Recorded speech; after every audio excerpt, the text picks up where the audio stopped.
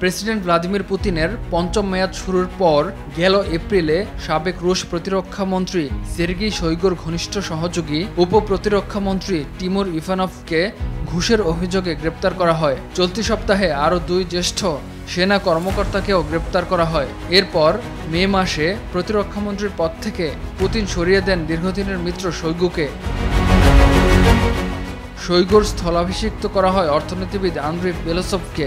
এরপর থেকে একে একে শুরু হয় গ্রেপ্তার। ইউক্রেন যুদ্ধের মধ্যে পুতিন প্রতিরক্ষা মন্ত্রণালয়ের উপর নিয়ন্ত্রণ পুনঃপ্রতিষ্ঠা করছেন কিনা, সেনাবাহিনী ও নিরাপত্তা বাহিনীর মধ্যে সংঘাত শুরু হয়েছে কিনা, নাকি ক্রেমলিনে পর্দার আড়ালে অন্য কোনো পরিস্থিতি তৈরি হয়েছে তা নিয়ে উঠেছে প্রশ্ন।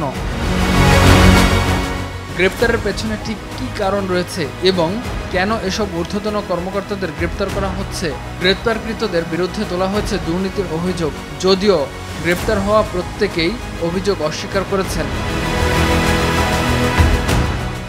রাশিয়া দুর্নীতির কেলেঙ্কারি নতুন কিছু নয়। কয়েক দশক ধরে দেশটির কর্মচারী ও শীর্ষ কর্তাদের বিরুদ্ধে দুর্নীতির অভিযোগ উঠছে।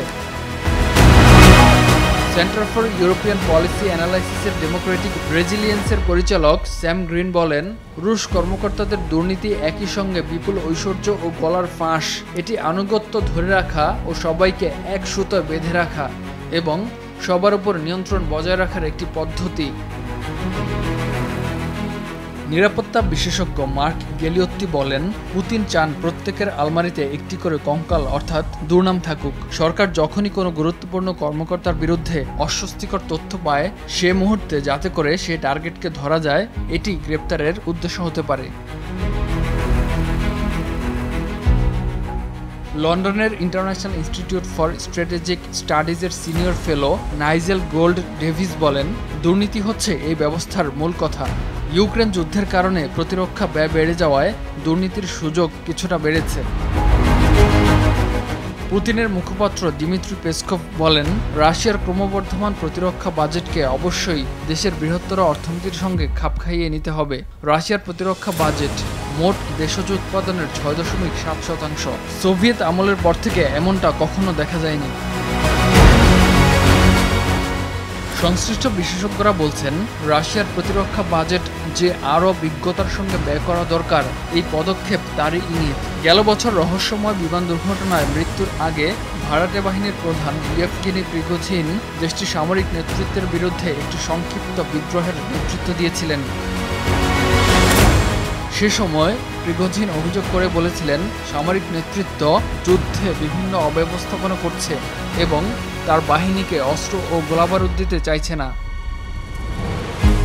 রাশিয়ার জন্য ইউক্রেন যুদ্ধ সঠিকভাবে পরিচালনা করা খুবই গুরুত্বপূর্ণ, কারণ এর ওপর দেশটির অর্থনীতি নির্ভরশীল। প্রতিরক্ষা খাতের বিকাশের কারণে রাশিয়ানরা উচ্চ বেতন পাচ্ছে, যদিও এতে করে মুদ্রাস্ফীতির সমস্যা তৈরি হয়েছে। তবে রাশিয়ানদের জীবনযাত্রার মান বাড়ানোর প্রতিশ্রুতি অব্যাহত রেখেছেন ভ্লাদিমির পুতিন।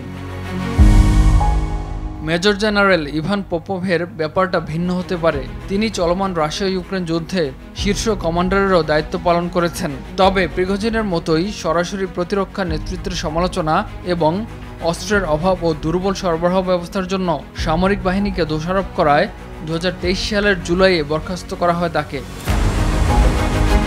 তবে এই গ্রেপ্তারের পেছনে চালিকা শক্তি ক্রেমলিন নাকি রাশিয়ার নিরাপত্তা বাহিনী তা স্পষ্ট নয়। ইমতিয়াজ আহমেদ, RTV।